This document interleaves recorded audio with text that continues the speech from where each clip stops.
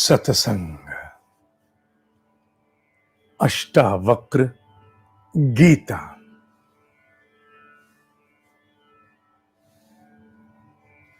एक शब्द हमारे यहां बड़ा प्रचलित था,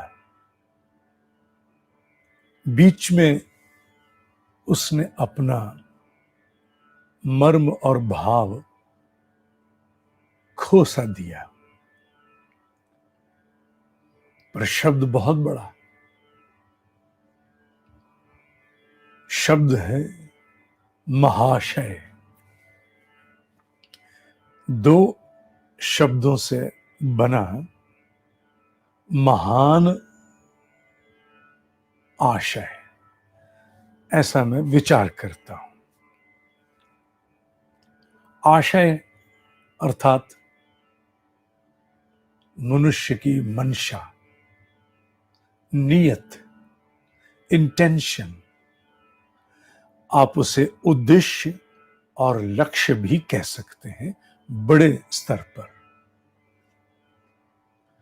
आपका आखिर आशय क्या है, ऑब्जेक्टिव क्या है, गोल क्या है, लक्ष्य क्या है, चाहते क्या। और जिनके उद्देश्य बड़े होते हैं, जिनके उद्देश्य कल्याणकारी होते हैं, जिनके आशय सबके हित में होते हैं, आत्म उत्कर्ष निमित्त होते हैं, उन्हें महान आशय, महाशय के रूप में कहा और माना जाता है। इस पूरे जीवन का सबसे बड़ा उद्देश्य क्या है? एक, बाकी उसका विस्तार है, बाकी उसका विवरण है। Rest are all details.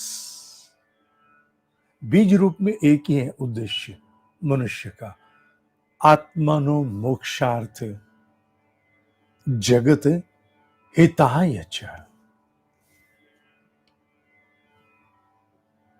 मैं जन्म मरण से मुक्ति प्राप्त कर आगे बढ़ूं, और इसे प्राप्त करने के लिए मेरा साधन, मेरे टूल्स, मेरे उपकरण, मेरे रास्ता जगत हित हो,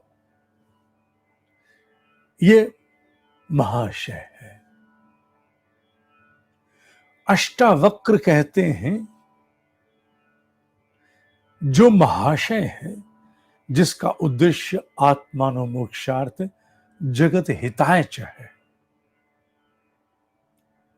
वो निश्चित रूप से अब केवल शरीर को तो अपना आपा नहीं मानेगा कि मैं केवल शरीर हूं, दिखने वाला, नाम वाला, माने नाम और रूप तक सीमित अस्तित्व नहीं मानेगा। भले ही साधक उत्कर्ष के अलग अलग स्तरों पर हैं, उच्चतम सोपानों को प्राप्त नहीं भी हुए, अलग अलग स्तरों पर विचर रहे हैं, तो भी भले बुद्धि के स्तर पर अभी अनुभूत नहीं है, अभी एक्सपीरियंस नहीं किया शरीर से अलग जीवात्मा या कोई सजगता का अस्तित्व, सम अवेयरनेस। भले वो जीवात्मा नहीं, आरंभ में कहां जीवात्मा का पता लगता है, वह इतना पता लगता है कि मैं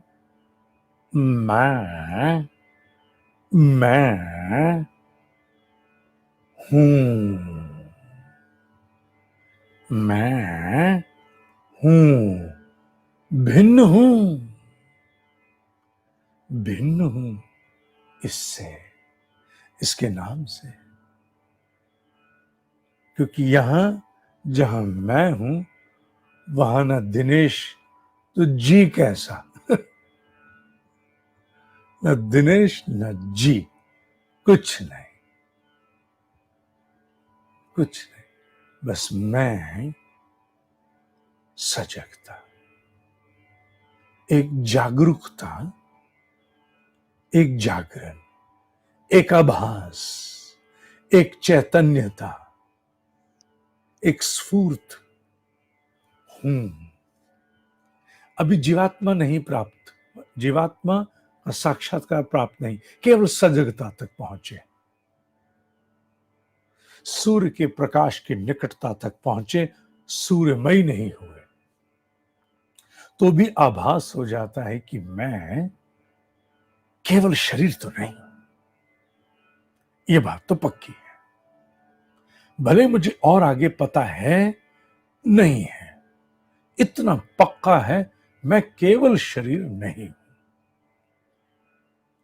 शरीर में फैल जाता हूं, गुथ जाता हूं, व्याप जाता हूं। उसी प्रकार जैसे मैं गाड़ी या स्कूटी या मोटरसाइकिल चलाता हूं, तो कोई टेल लाइट को, पीछे की बत्ती को छू के भी चला जाए, आह लगता मुझे छू के गया। आपकी गाड़ी की टेल लाइट को कोई छू जाए, क्या है, टूटी नहीं अभी, क्या है, क्या है भाई, कहां हो, देख के नहीं चलते, पता नहीं कहां कहां से आ जाते। छुआ किसको, टेल लाइट को, पर प्रतिक्रिया और आभास कैसा, जैसे मेरा शरीर इस पदार्थ के वाहन में पूरी तरह ओत प्रोत प्रवाहित हो गया। इसको छुआ, मुझे छुआ, इसे टच भी कर दिया, मैं टच हो गया। अब ये नहीं रही गाड़ी केवल, अब ये गाड़ी मैं हो गया। गाड़ी को लगी, मुझे लगी, मेरी गाड़ी को गलत तरीके से ओवरटेक किया, मुझे किया। क्या है ये, क्या, जिस प्रकार एक वाहन में हमारा अस्तित्व प्रवाहित होकर वाहन के कण कण को, एक मिनट चुप रहना गाड़ी में, क्या आवाज आ रही है, साथ वाला पूछे कहाँ आ रही है, कहाँ आ रही है, एक मिनट एक मिनट, नहीं इंजन में नहीं है ना, ना ना ना इंजन में नहीं है, टायर में है, राइट साइड में है। कैसे पता लग गया, इंजन में नहीं, पक्का टायर में है, राइट साइड में है, आगे पीछे शायद पीछे है। कैसे पता लगा, गाड़ी तो चलती जा रही है। सजगता वाहन में प्रवाहित है। ये तो वो वाहन है जो पदार्थ का है, उस वाहन का क्या जो ये पंचभूत है, निरंतर निरंतर इसमें महाशय हुए कि नहीं हुए अभी, पर प्रवाहित तो हम हैं। और साधक को पहली बार ये बोध होता है, जो मेरे साथ पुराने साधक चल रहे हैं उन्हें मैंने उस साधना के छोटे छोटे परिचय कराए हैं, ज्यादा नहीं अभी कराए, क्योंकि दुनिया की जिम्मेवारियां भी हैं भैया, ज्यादा नहीं। तो क्या करते हैं, हम गाड़ी में से उतर करके अपनी सजगता को अपने में बटोर के इकट्ठा कर लेते हैं, मस्तिष्क में, दोनों आंखों के पीछे, दोनों कानों के बीच कहीं मैं हूं। तो ये हमने क्या किया, सजगता को बटोर लिया, बटोर लिया।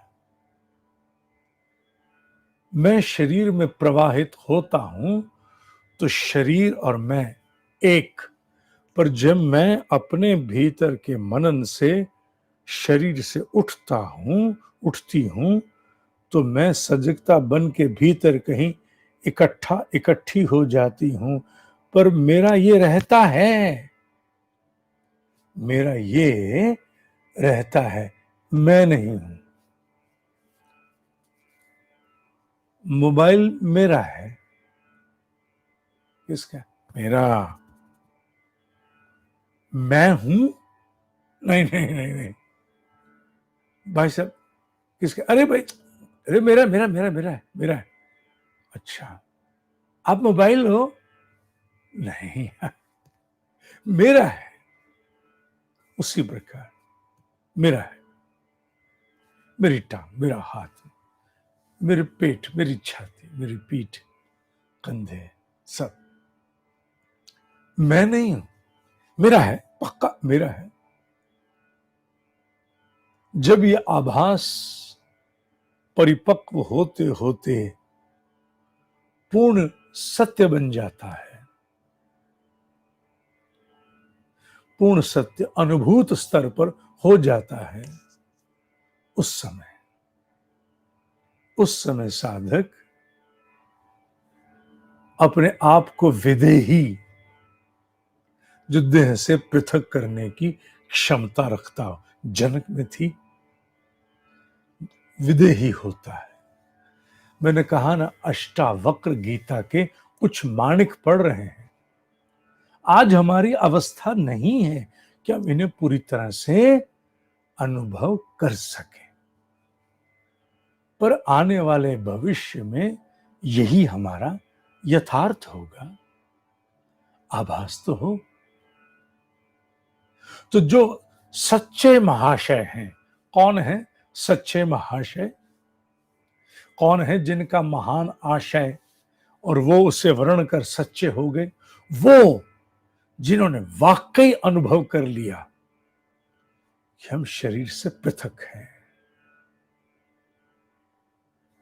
हम शरीर से पृथक हैं। वो अभी मैं नहीं और तुम नहीं, मैं और तुम और मैं, अभी हम उस अवस्था को प्राप्त नहीं हुए। इसलिए हम बीच बीच में आंशिक अनुभव तो लेते हैं, पर वो चिरस्थायी नहीं होता, क्षण भंगुर होता है। पानी पर बुलबुला उठता, पक फूट जाता, फिर से हम शरीर हो जाते। हाँ, महान आशय हमने ओढ़ तो लिया है, अपने आप को कह तो दिया है, पर अभी महाशय हम हुए नहीं। अपने आप को कहने भर को हैं, हुए नहीं। कहने भर को और हो जाने में भेद है, बहुत भेद है। अपने आप को कहने में 1008 महाराज की जय और 1008 हो जाने में अंतर है, यात्रा है ना। तो उस अवस्था में महाशय कौन? जिसको शरीर का बोध नहीं, वो शरीर को पृथक देखने में समर्थ है। शरीर में प्रवाहित होते हुए भी, वो सजगता के समय भी, तुमसे बात करते हुए भी, तुमसे संवाद करते हुए भी अपने शरीर से पृथक अनुभव करती है। ऐसे को मान अपमान छूते नहीं। न मान आंसता, न अपमान आंसते। न मान प्रभावित कर आकाश में उड़ा देता, न अपमान उसे हतोत्साहित कर सकते। मुझे और तुम्हें नहीं, उन्हें, जो महाशय कहलाने भर को नहीं अपितु हो चुके। मैं और तुम नहीं, वो जो महाशय कहलाने भर को नहीं हो चुके। उन्हें शरीर का बोध अब अपने अस्तित्व से, अपने सजगता से पृथक प्रतिपल दिखता। उन्हें खारिश हो वो करें या ना करें उनका निर्णय है। पीड़ा हो, अनुभव करें ना करें उनका निर्णय है। तात्पर्य, उन्होंने अवस्था को, सिद्ध शब्द तो नहीं, वो प्राप्त हो गया अवस्था को। उन्हें फिर मान, क्योंकि मान किसका? दिखने वाले शरीर का। अपमान किसका? दिखने वाले शरीर का। इन्हीं श्लोकों को सामान्य व्यक्तियों को पढ़ाना आसान नहीं है, नहीं है, नहीं। वो लॉजिक ले लेकर के, बुद्धि के तर्कश से तीर निकाल विचार को वेश्या बना प्रस्तुत हो सकते। वैसे तो वेश्याओं ने भी बड़े बड़े योगदान दिए हैं। 1857 के मूल में भी वही थी, उनको प्रणाम है, शत शत प्रणाम उनको, जिन्होंने उस महासंग्राम के बीजारोपण किया था मंगल पांडे में। अतः विचार को तार्किक स्तर पर किसी प्रकार भी प्रस्तुत कर देना, ये बुद्धि का कार्य है। बुद्धि कह सकती है तो हमारा क्या बिगड़ा, जो बिगड़ा शरीर का बिगड़ा, हमारा थोड़ी किया, हमने थोड़ी किया शरीर ने। इसलिए कौन सा ज्ञान किस अवस्था में अपने आप को न्याय कर चरितार्थ होगा, इसमें अवस्थाओं का भेद रहता है। इसलिए मैंने ढेरों श्लोक बीच में छोड़ दिए। आप तीसरे भाग पर चल रहे हो, इसलिए बहुत से छोड़ दिए, अधिकांश छोड़ ही दिए। क्यों? अवस्थाओं का आभास न होने से अर्थ के अनर्थ होते, अर्थ के अनर्थ होते। तुम क्योंकि साधक हो, 4 बजे कमर तोड़ के आते हो, निद्रा को लात मार के आते हो, निद्रा जयी बन के आते हो। गुड़ाकेश अर्जुन का एक नाम उसे श्री कृष्ण भगवान ने दिया, गुड़ाकेश, निद्रा पर जिसकी विजय है। तुम गुड़ाकेश बनकर आते हो, इसलिए बोल रहा। फिर उन्हें मान अपमान आंचते नहीं। किसी ने फूल चढ़ाए नहीं चढ़ाए, हम जैसे अभी ट्रेनिंग में हैं, दक्षिणा मत लेना। दक्षिणा फ्री में आती बड़ी अच्छी लगेगी,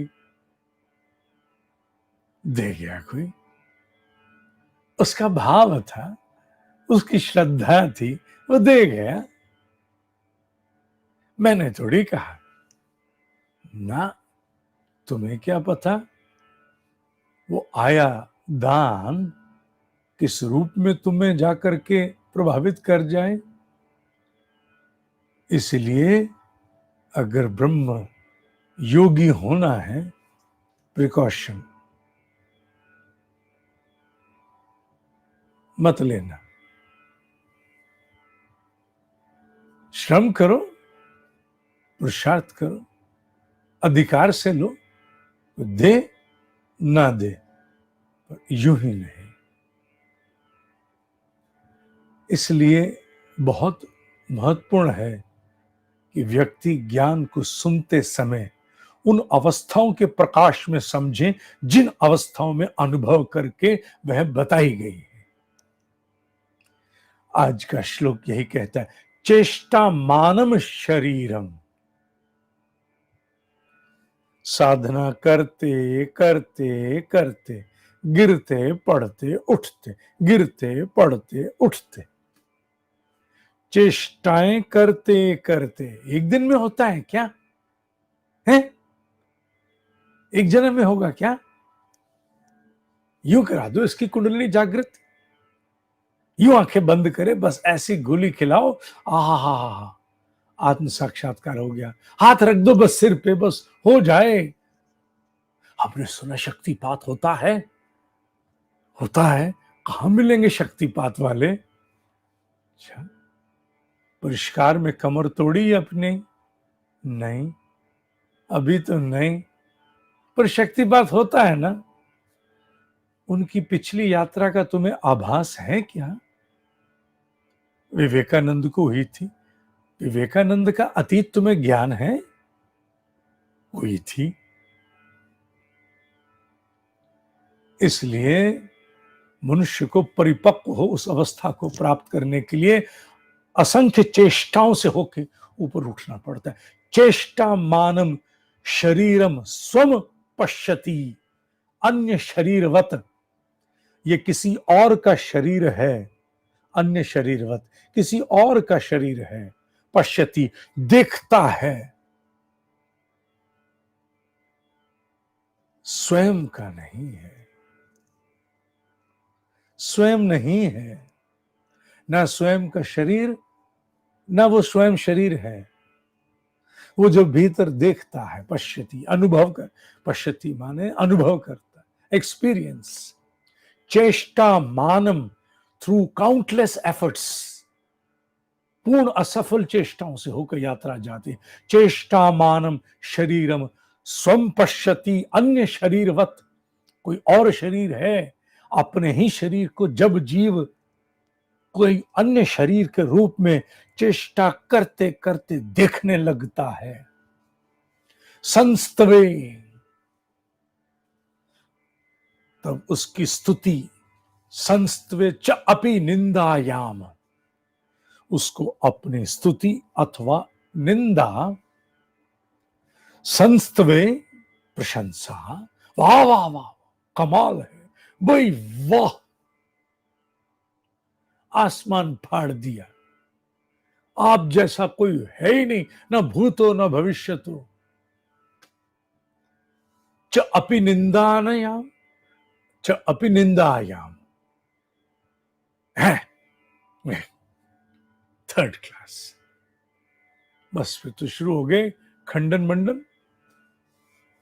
संस्तवे च अपि अथवा निंदायाम, कथम, क्यों, कर, किस लिए, क्षुभ्येत, उसे कोई विक्षोभ, उसे कोई कष्ट, उसे कोई नोचने वाला कार्य। वाई शुड दे परटर्ब, कथम क्षुभ्येत महाशय, अंतिम शब्द महाशय।